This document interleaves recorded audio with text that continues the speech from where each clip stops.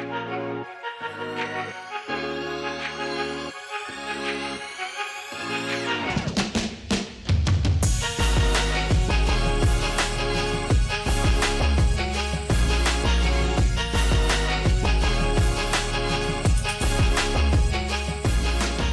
right, welcome to the Acceptable Accuracy Podcast. This is Tyler. And I'm Philip. And welcome to part 2 of our series on USPSA. So we have Brent and Deryl returning today as well. So why don't you guys go and say hi? Hi. Hi. All right, very good. Hi. So 10,000 foot view. Why don't we go ahead and review of last week? So what is USPSA, Brent? USPSA is a course of fire that is under the direction of a range officer or a safety officer.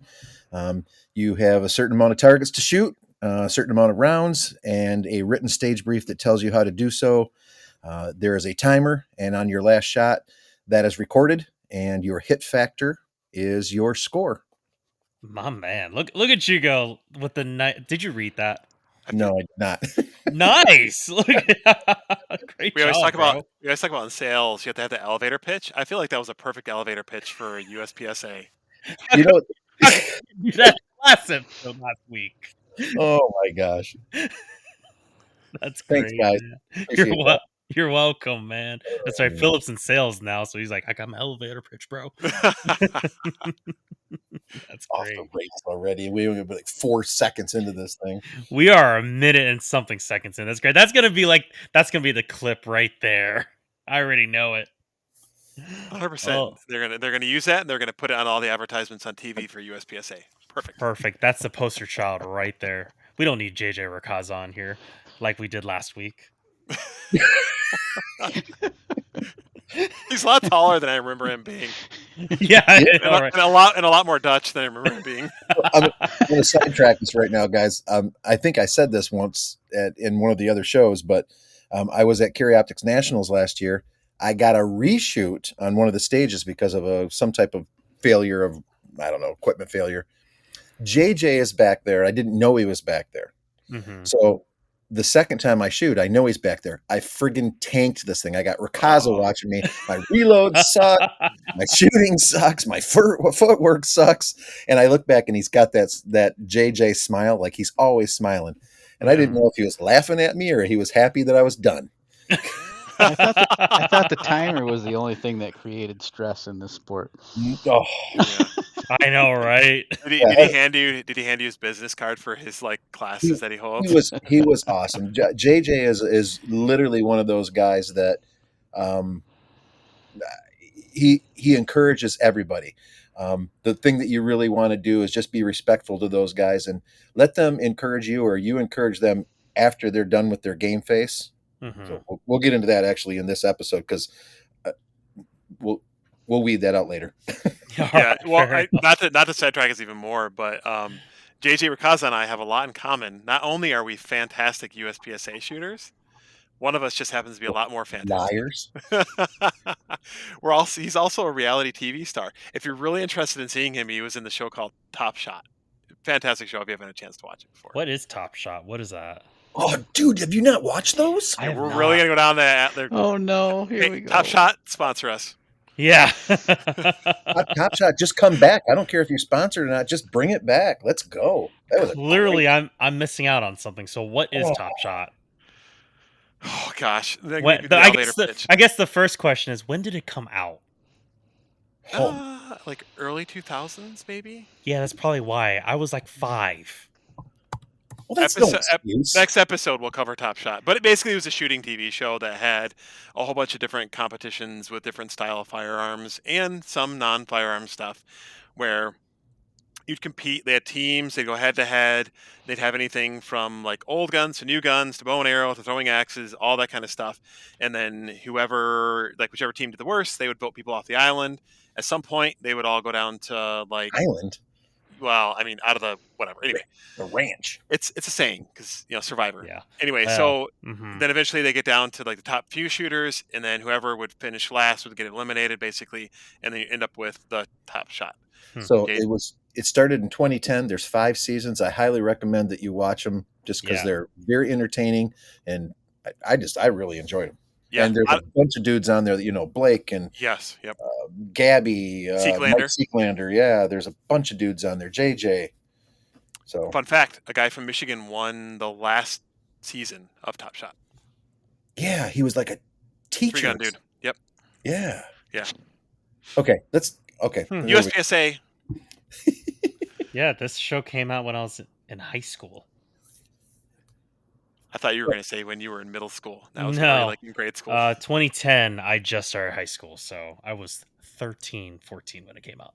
But all right, so I guess either way, so back on track to the episode with USPSA. So this episode is going to be primarily on match directing and what that entails. So, Brent and Deryl, how long have you guys been match directors for USPSA at our club? This is our third season. Okay. How'd you guys get into that? Like, how long have you guys shot USPSA before that even all happened? So we started shooting USPSA probably 2018, towards the end of the season, 2018. Okay.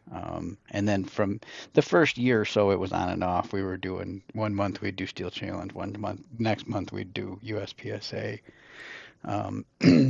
And our club has a very nice area that on bigger matches we brought our trailers down and could set up in this little campground with a fire pit and stuff. And after the match, we would sit around the fire, have dinner and beverages. And it came up, the USPSA director at the time, and was sitting there with us having conversation, and we found out that it was going to be his last season, his last year, because he was moving on to something else. And Brent and I just both looked at each other at the same time and asked if we could do it together, and they said yes, and that was pretty much it. We were all in at that point. That's so awesome. That's so cool. So it all happened pretty quick then, getting into USPSA. And it's like, hey, we're the match directors now. It happened so quickly that we didn't even know what we were getting into, Tyler. What do you mean by that? Like, what do you mean? Like, what does it entail? What's involved in being a match director? Go for it, man, Mister. This is only going to be a 15-minute episode. Well, aside from what happens at the club, there's a thing called a Michigan section that we're a part of. Okay. And it has its own director and has board members and this and that. And we're required or supposed to go to yearly meetings, and all of that is stuff that we didn't know about. We had no clue that was part of it. And it's we're working through it. We're getting into it. It's been probably the hardest thing to learn. Really? Yeah. What do you mean by that? Just the way the clubs interact with each other. Politics is where I'm going to go with that. Yes, very good point, Really? Brent. It's So what you're saying is don't dig into that.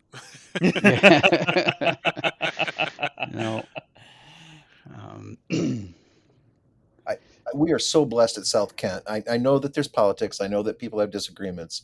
But when it comes to the action sports, like I'm saying, there's a really good continuity. And I said this in the episode previous, that our brothers and sisters at IDPA, we share a similar, like they take care of all the 101 stuff. Even our 3-gun match director will build stuff that he'll build off of the next Sunday. And we're just, I think we're doing well. We could do better. But like Deryl said, keeping back on track, there's a bunch of stuff that we needed to learn. And when I say we, that means Deryl, because he learns it and then he teaches it to me. That's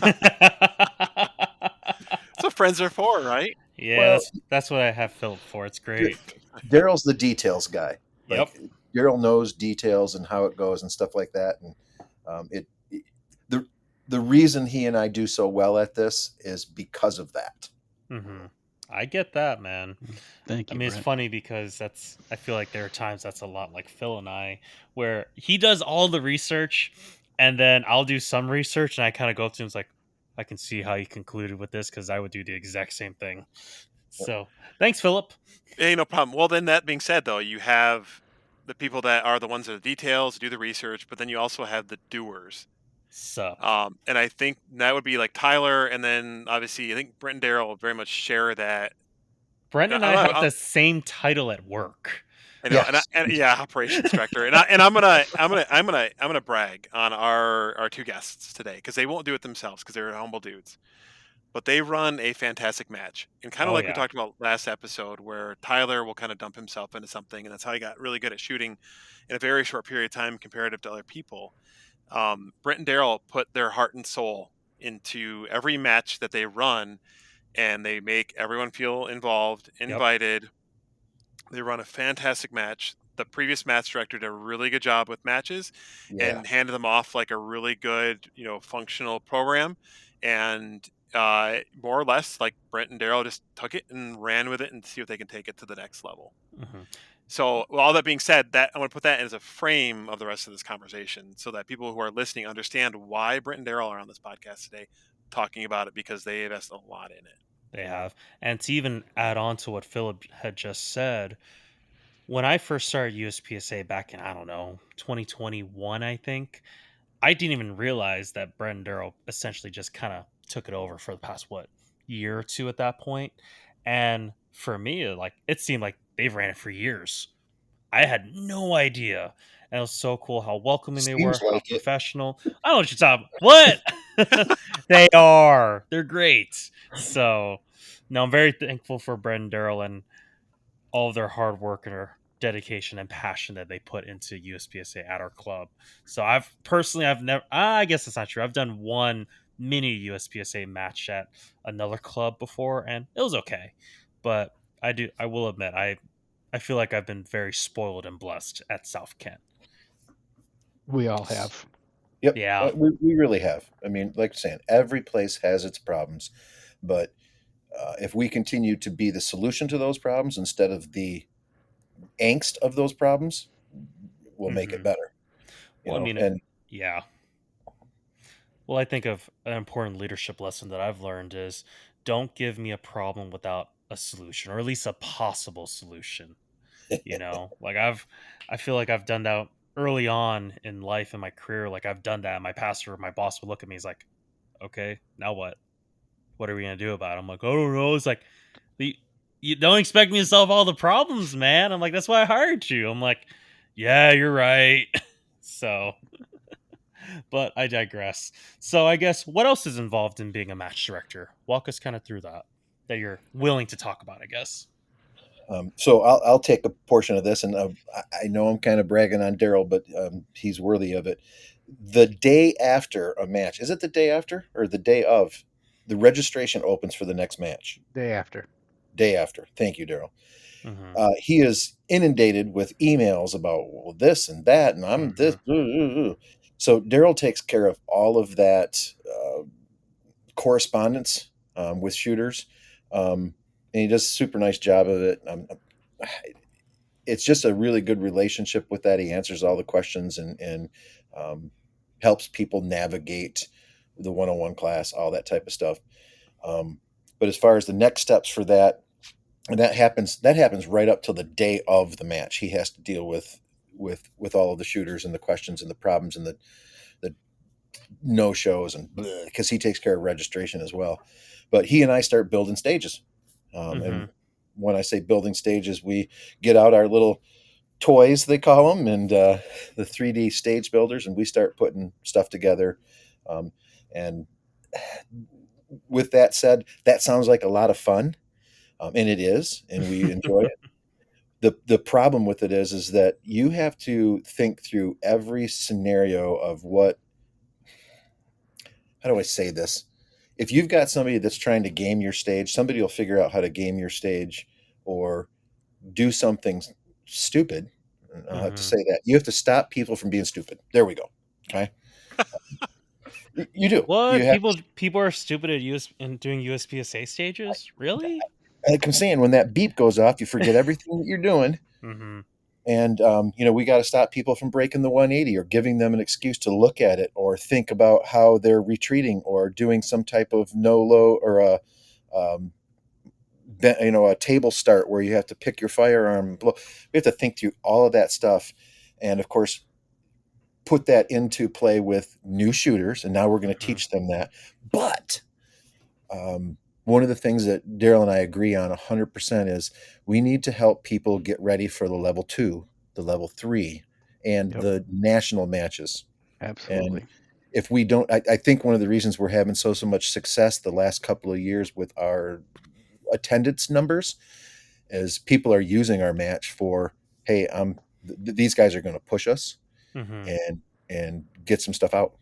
So um, that's the next step. Daryl, you can take the next step, which I don't really know what it is.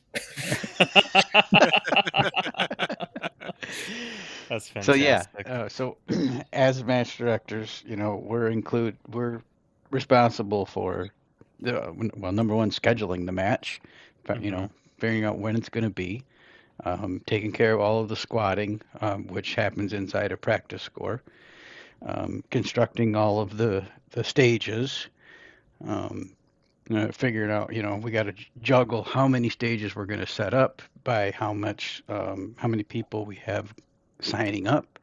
Um, and we just had to. Normally we run 7, and we just had to go to 8 because we have so many people that want to come and shoot the match with us. So that's a really good thing.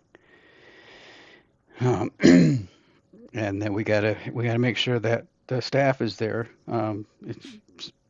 When I say staff, I mean people that are volunteering to help.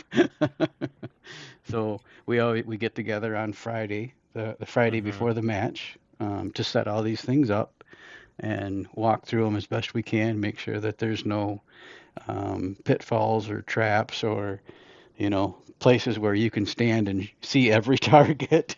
Yeah. And it still gets some things still get by us, but we're getting better. Mhm. Um, and then of course the morning of the match, um, we got to get all the targets hung because you can't hang them. If you hang cardboard the night before, it just wilts with Yeah. um, the dew in the morning, so they can't go up until the morning of. I never thought of that. Um, That's such a good point. Wow. uh, so we got to make sure the steel is set, make sure the movers are set, get everybody registered, make sure that they are in the proper division with the gun that they want to shoot, and then we have a safety briefing with everybody just before we shoot. And Brent and I always kind of hand that back and forth every other month. One of Mhm. us will lead that meeting, and so we also have a range master who is in charge of, he's the authority over everything that happens during the match, safety wise, and make sure that it runs to the rules of USPSA. And Jim Klugowitz is his name. He is a certified range master, but because this is a level 1 match that we run every month, if Mhm. he is off doing something else, um, he does a lot of major matches throughout the year, so he can't always be with us. And when that happens, either Brent or myself will take the range master position.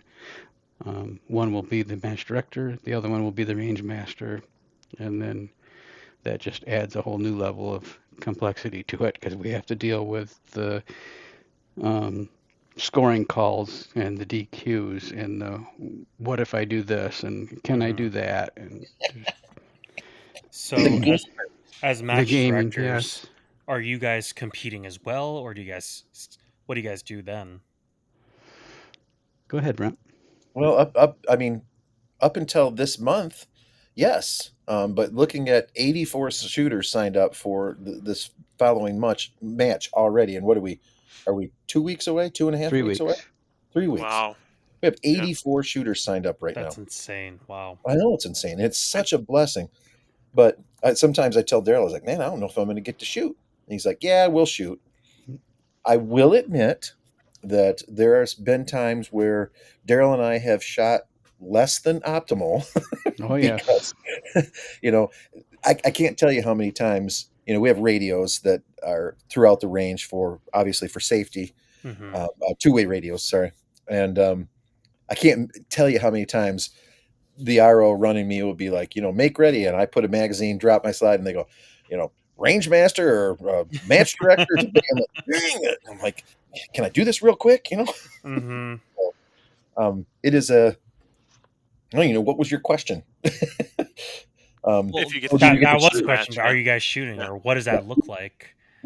we do. And the nice thing about it is squad. And for those that are listening, we usually have Tyler and Phil on our squad, which is Mm-hmm. awesome because they'll pick up the slack for us, and the whole squad will. Oh Real, yeah. Yep. Oh yeah, you know, if They we got, realize, yeah.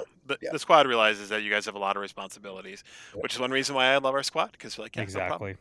exactly. it comes out good. So, but it, to keep going on what happens, once all that gets set up and the safety briefing and the um, shooting happens, there's always a tablet change that usually Daryl has to deal with.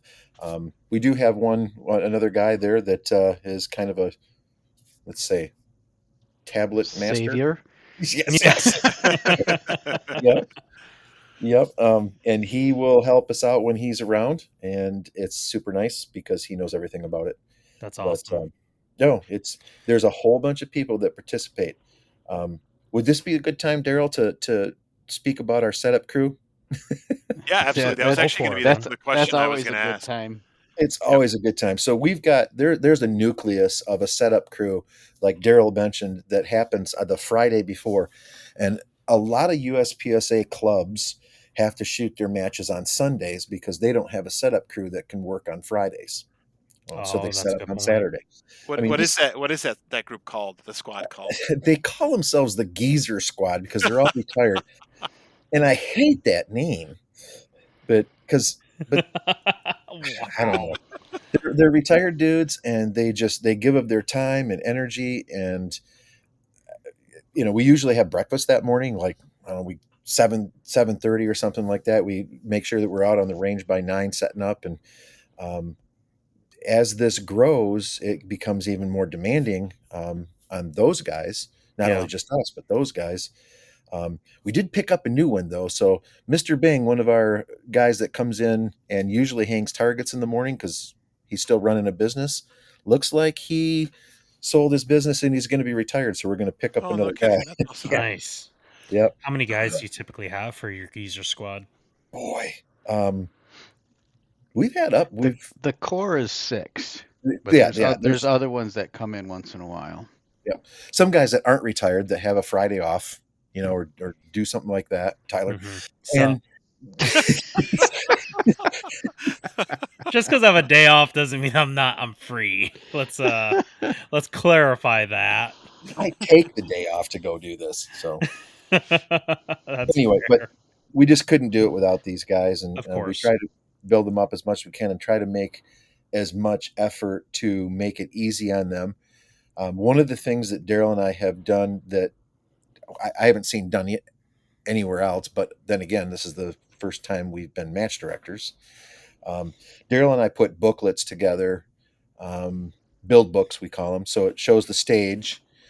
It'll have a list of all of the parts that need to go out to that stage to build that stage. Mm-hmm. It'll have a map of what bay it's going in. Um, like I say, we try to get as much information in that as possible so that there's not, hey, what are we doing over here? And what size steel do we need here? And how's this wall go? I mean, there's literally pictures of Mm-hmm. that.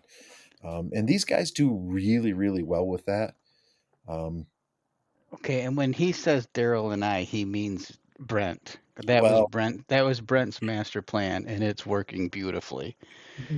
but like I'm saying, Daryl gets the input. He builds stages just like I do, and he sends me sheets, and I stick them in there. We put stuff together, and um, it's not uncommon for us to be done building 7 really good stages with movers and complex walls and shooting lines and things like that. For us to be done noon on Oh Friday. wow. That's incredible. That is Um, wow. That's awesome. with that said, that doesn't mean Daryl and Brent are done. No, Yeah. no. So what happens So after the setup then? yeah, that's you, Daryl. So after they're set up, we have to do a final walkthrough, and Mhm. because the stages get entered into the tablets. Now we talked about the tablets a little bit last week, where with Practice Score does all the scoring. Well, we can't. In order to do that scoring, we have to enter the stages into the tablets, so that we have to make sure that all of the targets are there, make sure that the right number of targets is there, the style of targets, Mhm. all of that, so that when we start the match on Saturday morning, all of the stages match up, and there's no, because if things don't match up, now if we don't catch it right away, then we have to throw a stage out, and that's, knock on wood, Brent and I have not had to throw a stage out of a match yet. We Wow. were Wow. close. Wow, That that's awesome. we were close Yeah. last month. We Remember were when all the close. walls flew down? Yep, Yeah. Yeah. yep. Natural But disasters can't that even keep wasn't them because of from our setup completing. though. Yeah. No, you're right, Daryl. You're right. Yeah. Yeah. But if you have something that has enough um, range equipment failure or something and you have to change it, well, you either have to have all of the people that have already shot it come back and reshoot it, or you have to get rid of that stage. On a local level, that's not really a huge deal, but it's something that you don't want to happen. Because if, and both Brent and I are very hopeful that we will get to do a level 2 or even a level 3 match before we're done Mm-hmm. being match directors at South Kent. And Mhm. we want to make sure that when we get to that point, we have everything dialed in. So, for those who don't know, what is a level 2 match? What's a level 3? What's the difference? Um, well, number one, you have to be a USPSA member to shoot them. Mhm. Um, and they're usually a bigger match. Level twos are still only one day most of the time, but they're bigger. They are advertised more to Mhm. get more people to come. You're looking for sponsors so that now you can have gift tables and trophies to hand out. Um, I don't. What else is there, Brent? It's just a bigger, badder, Yeah, cooler. I mean, yeah. You Mhm. get into level threes, now you're talking about multiple day matches, lot more competitors, lot more prizes. Mhm. Um, Usually more expensive to shoot, unfortunately. But yeah. Yeah. Well, yeah. I mean, and then finally the level four would be a nationals, a national championship match. So, for these different level of matches, I know you mentioned you have to be a USPSA member. Do you have to be a certain class level, or does it matter? you do not. You can Yep. be anything that you want. As we get higher levels, um, like the nationals, you may not Mhm. get in because of the cutoff or whatnot. Yeah. And like Daryl said, the nationals are very expensive, but it is the Christmas day of the year. Do you know what I'm saying? It's Yeah, like for Big sure. one.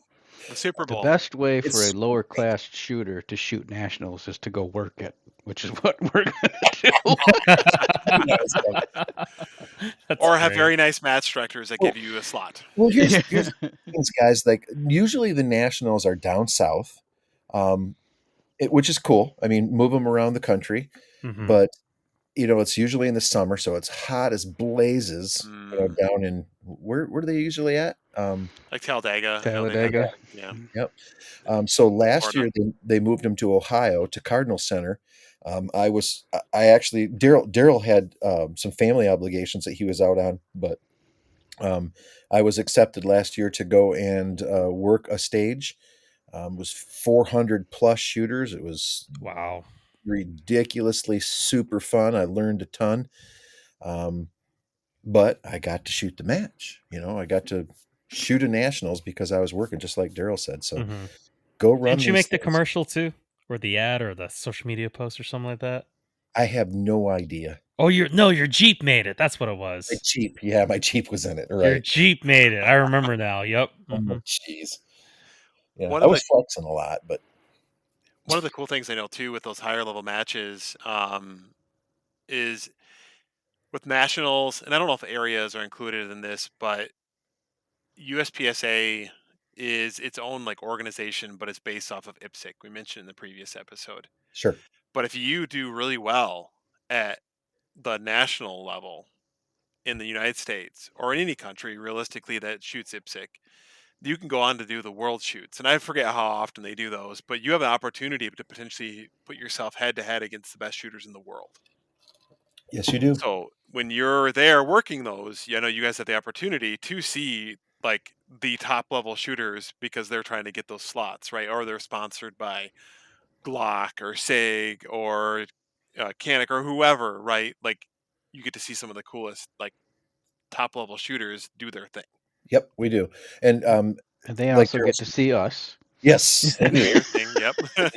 They, they get to call the CRO and have us challenged on a call. That's awesome. Which happened to me this last year, but that's cool. And like Daryl said, so this year Daryl and I were both accepted to be ROs at Oh, the cool. Nationals, which is I again did not in know that. Ohio.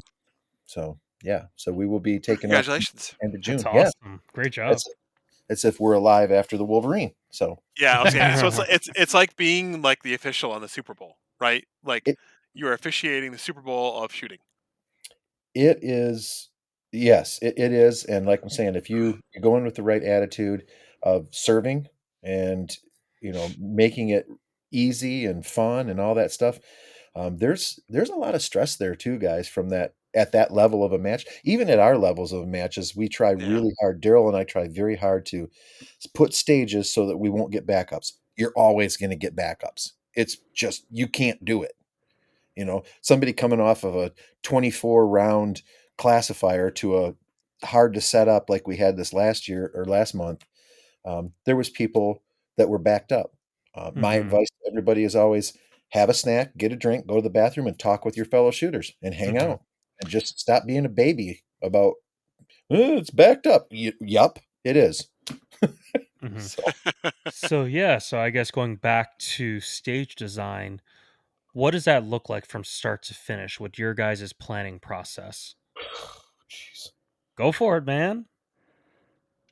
Uh, I heard they play with Lego. That's what I heard it- earlier. it, it, it's it way is the cooler. Lego of the action shooting sports. I'll It give it is that.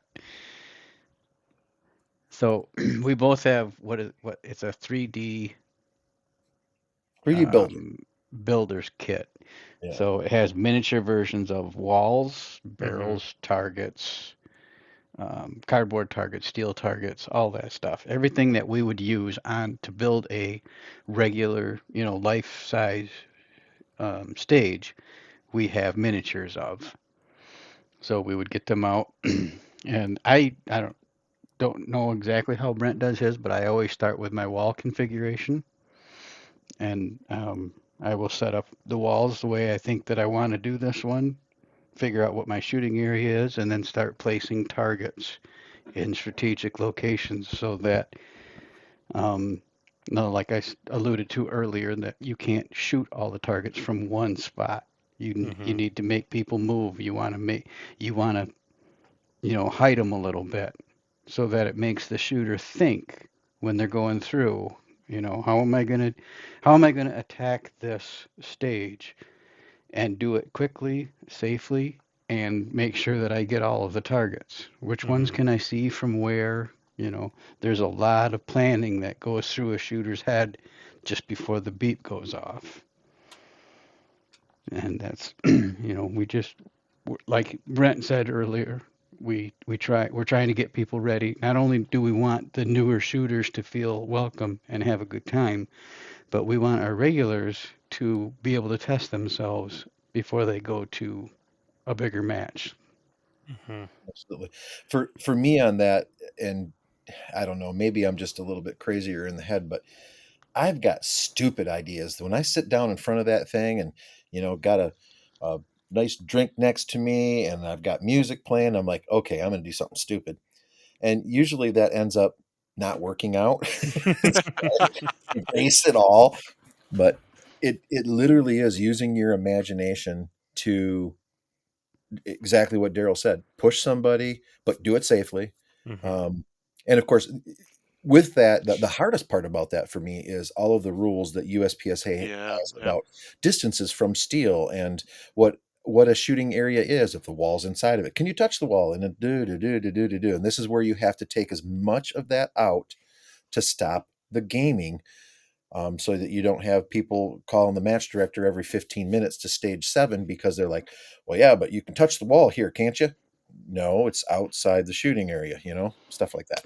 So, Do you find that as you're developing stages that you said you kind of go crazy sometimes with like what you want to do in advance, but do you have like a set of like things that you maybe you wrote down or even mentally or whatever where you're like, I want to try to do this in a stage sometime? oh, all the time, Phil. And why do you hate all the shooters by making these really difficult courses of fire I, I, And all the Texas stars. and all and the Polish plate racks?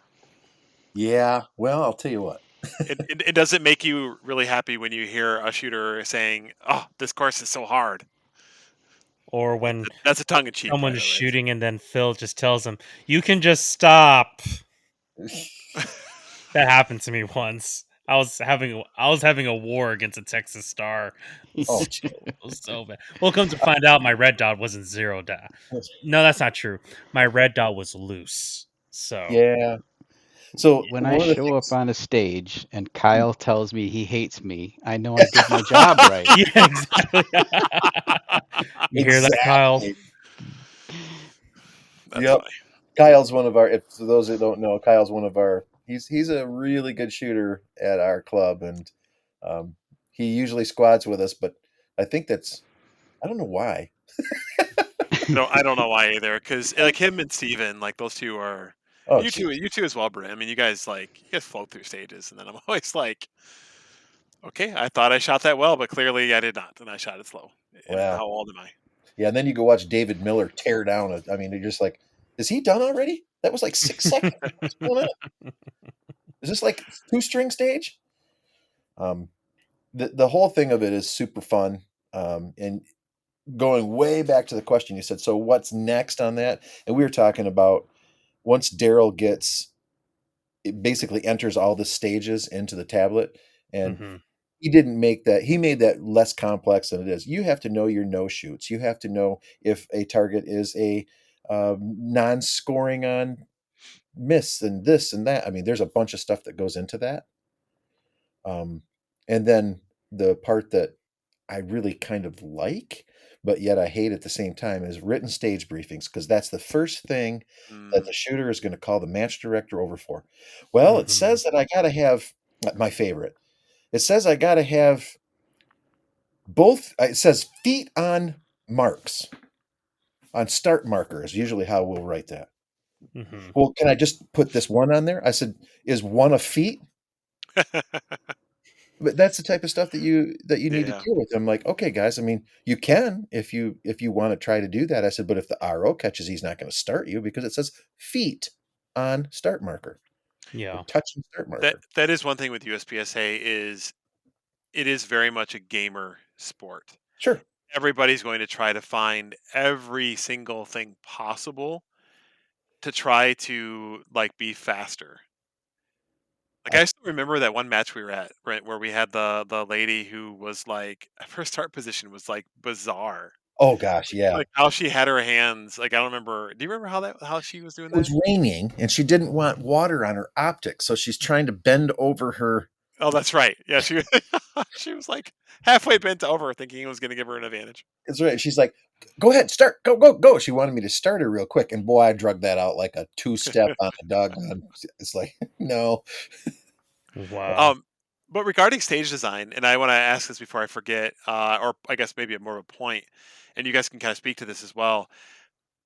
Controversial point: the stages that you get at a level 1 match are probably going to be more fun from a prop perspective and even like a crazy design perspective than you're going to get at a level 3, even a level 2 match, because you guys can use stuff that if it fails, you can kind of baby it to make it get through the match, right? Whereas like putting a Texas star is not necessarily repeatable at a higher level match, for example. I've never seen a Texas Star at a level 3 or higher match. Really? they're too complicated. They're too They take too long to reset. absolutely.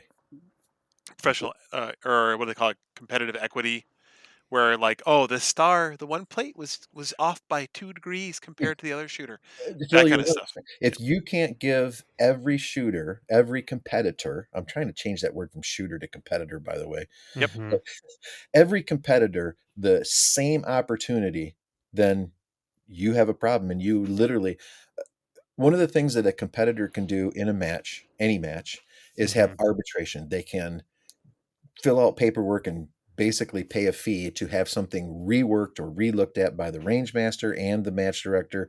Thank God we've never had that. And none of you guys that are listening to that do that to us, because I'll just throw you off the roof or something. But so you just, a lot of times you don't have that complex, like you're saying, something that can't be reproduced. They also shy away from pretty much any type of a mover because Yeah. of the time it takes to reset and the the possibility of equipment failure. When you're running 400 shooters in a match, you don't have time to deal with that kind of stuff. That's a Nope. really good point. Wow. And if it gets thrown out, like Daryl's saying, like literally that range master would have to come in and say, look, we're not duplicating, the equipment isn't working right. And where were we at where we threw one out? One got thrown The out. Yeah, it was a state match actually at South Kent. Yeah, it was. Yep. Was it? Yep. Yeah, because one of the like, I was actually on the stage as an RO that year. They had an issue with one of the activation pieces kept getting hung up, just due to kept running dirt into the path that they had created, unfortunately. Okay. All right. But a lot of that to say, one reason why I think that South Kent Sportsman's Club, why the USPSA matches have become so popular, is because you are seeing a lot of that stuff that you guys are willing to take the risk to do and to get right with the setup crew in advance, that you just don't get the opportunity to shoot on a flat range when you're with your buddies or at any other match in the area. Like, I know you guys have set up where there is a slider that runs on a wire that goes from one end of the bay to the other. And I remember Hmm. the first time I saw that, and I was like, I hate you guys so much because Yep. no, because this is going to be so much fun, because you don't know what to do in that Easy for case. tall people like you guys. Well, that's fair, but like, But but I again, think for the record, I think I had to duck down to like a porthole in that case, though. Just I want to point that out. the reason So, that we're able to do that is because of our setup crew. 100%. yep, These exactly. guys have these movers and activators and everything dialed in. They know what they're doing and they can set them up so that they will run reliably for the entire match. Yep. If we didn't have them and if they weren't able to do that, then we wouldn't be able to use them. It's simple. And I keep talking about our relationship with the other action sports. Three gun, I mean, steel challenge, no, because it just doesn't, live carry over. It's But not a freestyle IDPA, match. right? So yeah, it's not a freestyle. IDPA, like this next month, we're going to have two stages on the ground left over from IDPA that we'll build upon, um, and it may or may not have a mover that goes across the whole back of the stage. Yes. Yay. He pretends like he doesn't like it, but he likes the fact that it's not just a static target. It is great, Mm, and see that. I You digress. Moving on. All right. You, So you you're sound saying? you sound like an animal, like a manatee. so the cool Mm, once again, the cool thing about South Kent, IDPA is going to have a couple stages on the ground that we're going to use. I would venture to say that at least one of those stages that our three gun match director is going to keep when he comes through on Saturday for the Sunday shoot. So we're just getting a lot of use out of not only stages, but shaking hands with the other action sports, making sure that um, there's times Daryl and I will put a, let's call it a more complicated, bigger stage out that there's more movement in, because we know that the three gun match director is probably going to use it the next day. Hmm. And a couple of those have been, I'll tell you what, there is one of those stages I'm going to bring back that we had out Bay Eye or whatever, but it was really fun. And it was one of the ones that I had this crazy idea for, and it actually worked out for a change. I want to bring that one back sometime, probably this year. So, how far in advance do you guys plan these stages? Did a horse just snort? I tell you what, Daryl and I are not only match directors, but obviously you guys know that we are the closest friends. We have been Oh yeah. friends. Our wives are. We get together as much as we possibly can for friendship. And play Catan. Oh, and play stop! Catan. Completely ruined this whole podcast. I'm out. See ya. Wait, do you not like Catan? I love getting together with my friends, but we play Catan and it's just painful, man. We have Anyway, been playing Catan for 8 years. it seems Wow. longer. Seems a lot Wow. longer. Yeah, Tyler, almost every weekend. Yeah, really. Tyler, I think we need to have him back on for an episode about Catan. Yes, I've played Catan like 3 times. Okay, so And here's the 2 deal. of them were with Phil. Remember off air we were talking about why we don't get together and have this like in one room and everybody sit around? Don't ever have me over because I'll. Wait, Anyway, what? Say that again? if we were in the same room right now, Phil would be getting a microphone in his ear. Okay. Catan, please sponsor us. Oh my gosh. They're we found out what Catan stood for. They probably you can't have guns in Catan. Anyway, I got to go back to where we were at because I can't remember where we were at. How far in advance do you guys plan these Thank stages? you. So I went by telling you, Daryl and I get together as much as we can with our wives, and we just have a fantastic time, being friends. Mm-hmm. We usually get together the Saturday night, so that's usually after a match. Daryl and I have massive conversations not only about how the match went, what we did right, what we did wrong, and where we're going to go the next time. So literally one day, and we start planning the next match. That's awesome. The one If I good wanted to thing make about go ahead. well, I said this is our third season, so we are when we build stages, especially the good ones, like Brent said, that he wants to bring back. We're getting quite a Portfolio, I like to call that. portfolio. Thank you. Yes, we're getting quite a few stages that we can, go back to and pull up. It doesn't mean we'll set them up exactly the way they are. We might move a few targets here and there, but it's getting easier because we have stuff that's already on paper that we can adjust here and there. How often do you guys reuse stages, I guess, or modify like that? Or how often do you guys make up completely new ones? I don't know. I'm actually looking at our stages right now. So last month's match at South Kent were all stages that we had done in the past. Okay. But like Daryl said, they weren't. They may have been the nucleus of it, but then we Scooby Doobied them around and did all kinds of stuff, and we made them different, even though they came from this, this idea, this base idea. So I will have to say, every time we have a different stage, we don't carry them over. Gotcha. Yeah, having shot most of the matches that you guys have put on, I honestly didn't even know that those stages were like the bones of other stages that you had done in the past. That's a good word there, the bones. I like that. Mm-hmm. So So I'm gonna keep an eye on this. go ahead. I'm gonna There start you go. documenting. Right now, Daryl and I probably have. Do you know how many you have, Daryl, as far as like what you have built?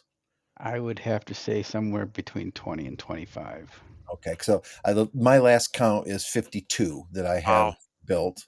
Wow. But like I'm saying, some of them are so stupid they're never going to see the light of day. So, I honestly though, and I'm curious about how you guys get feedback on this. So some of the times when you guys make the stages that are non-traditional USPSA stage, and I say obviously you're still following all the rules and everything, but you may add a little extra spice into it. I personally, I love those stages, and it just breaks up. Like everyone's trying, you never know what you're gonna get, right? It's like the mover thing. What do you guys usually get good feedback on those stages that are a little bit outside the normal, or do people are like, oh, this is not a USPSA stage? Go, Daryl. Normally we do. Um, there are a few people that will say every time that they don't like them, and it's just because they don't like them, and they're going to let us know about it.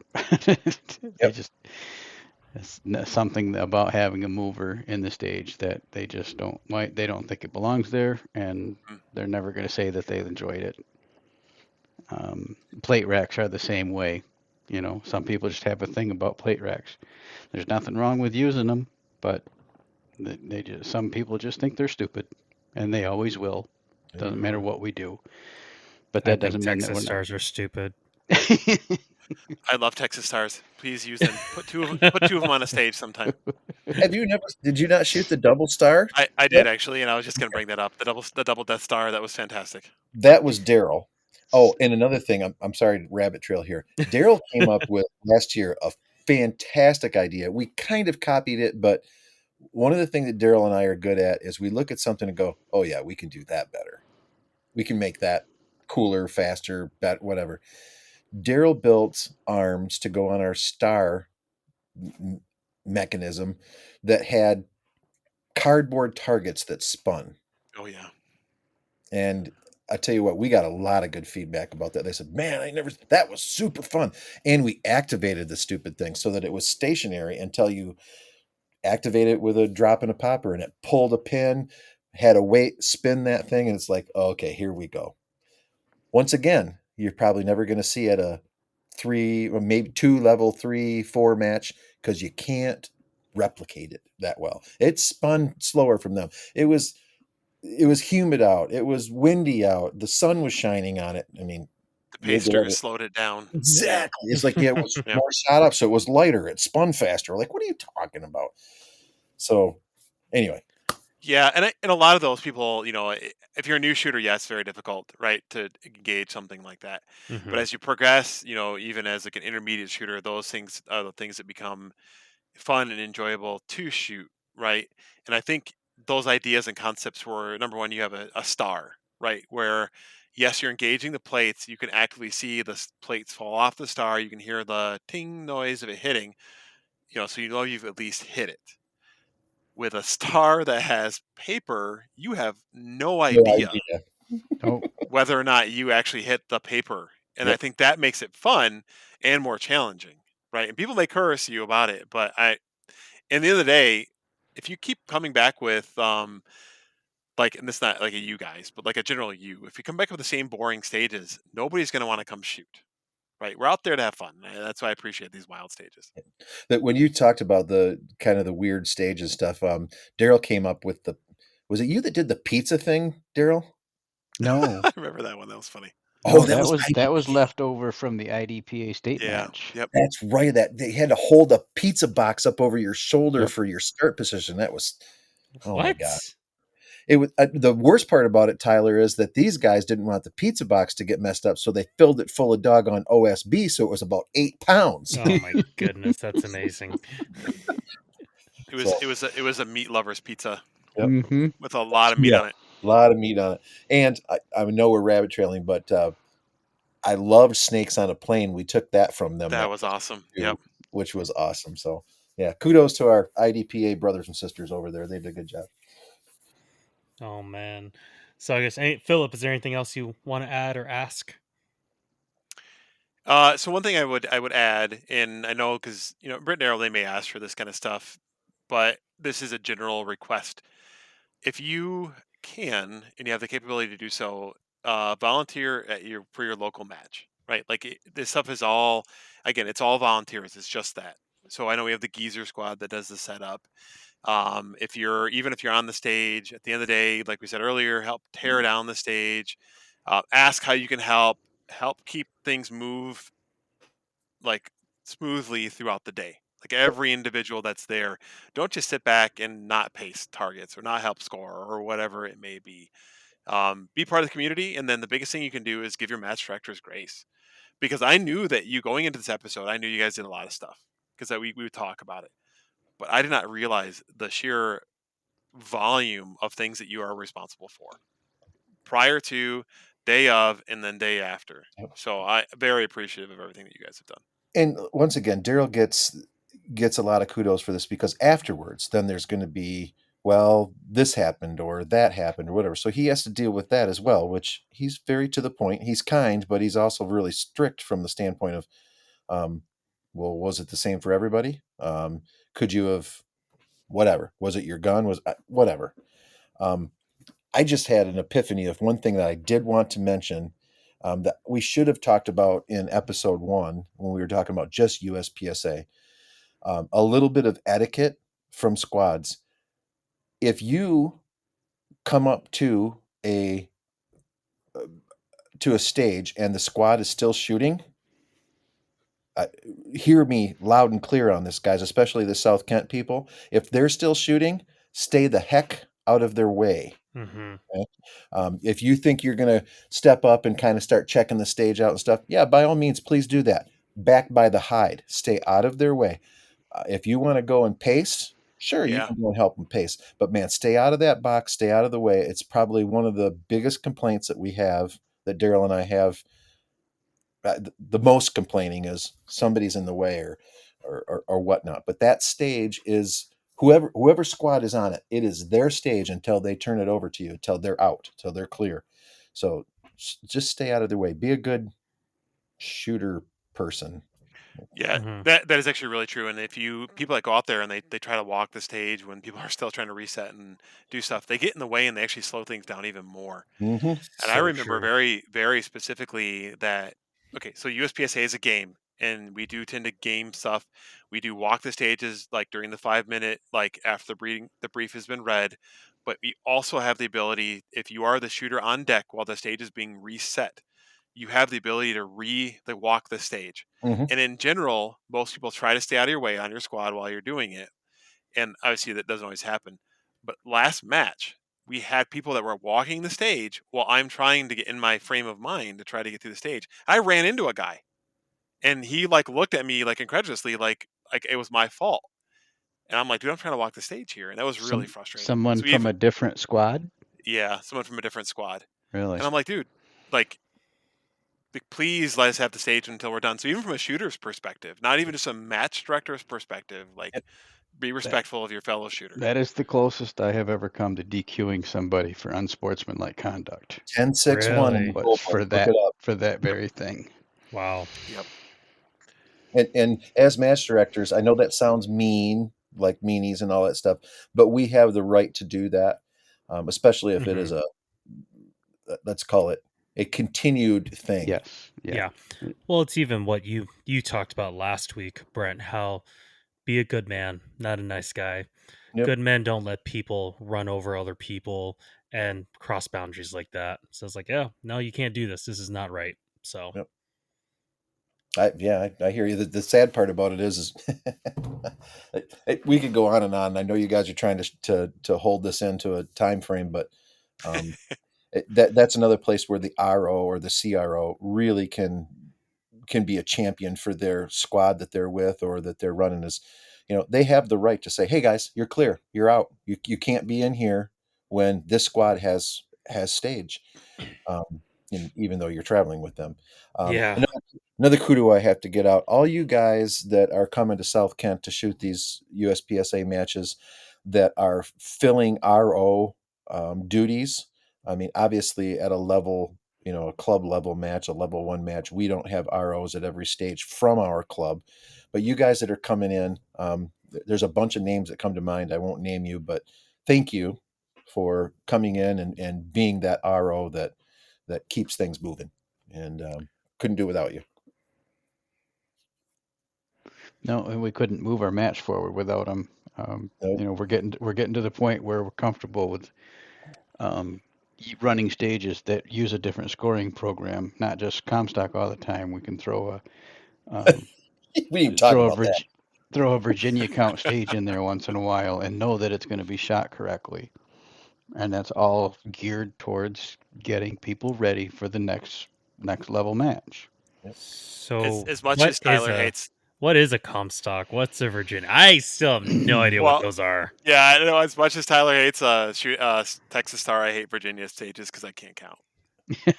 I have no idea what they. I'm just like, all right, I just shoot it. So I guess the biggest thing, and there's more than just that, but and this is something we probably should have covered last week as well. I know. Maybe we're gonna have to do a part 2 to last week's. Yeah.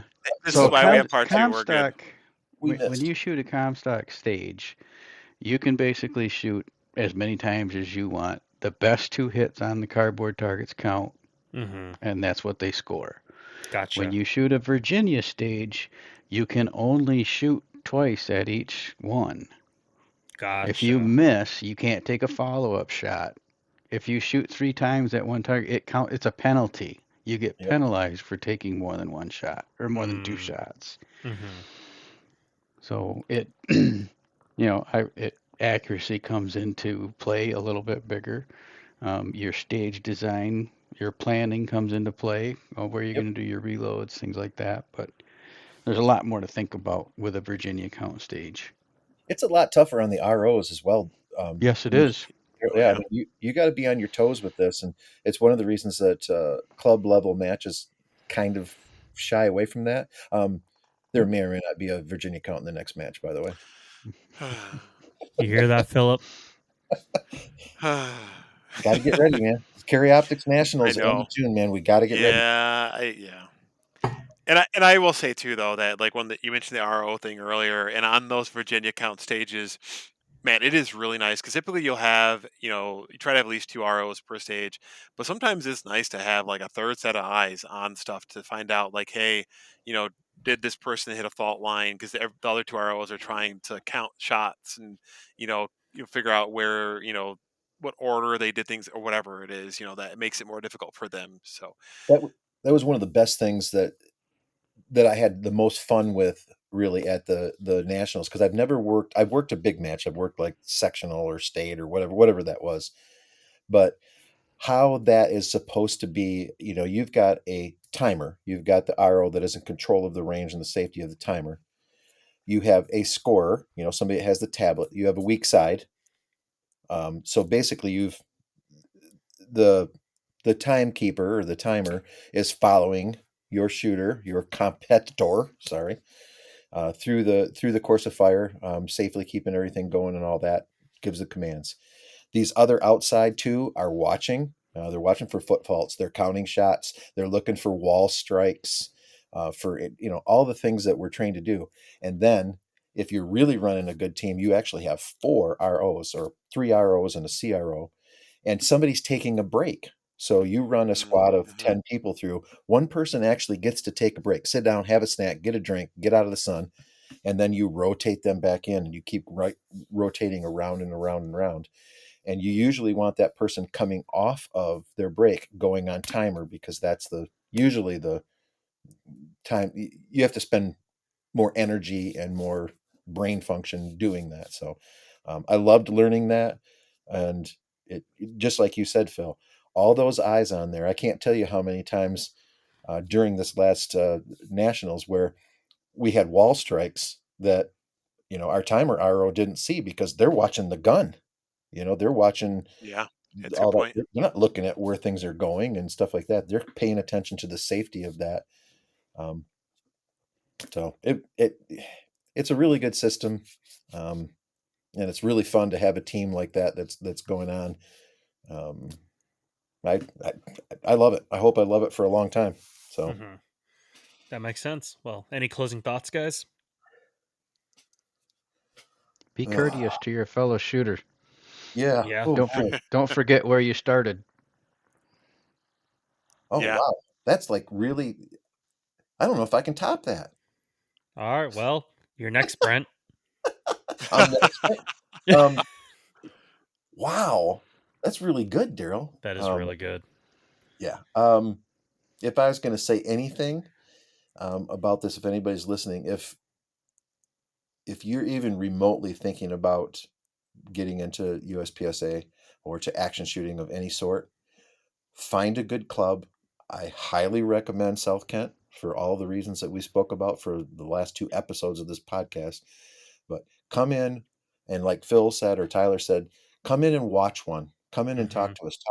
Talk to the competitors and see what they're running, see what they're doing.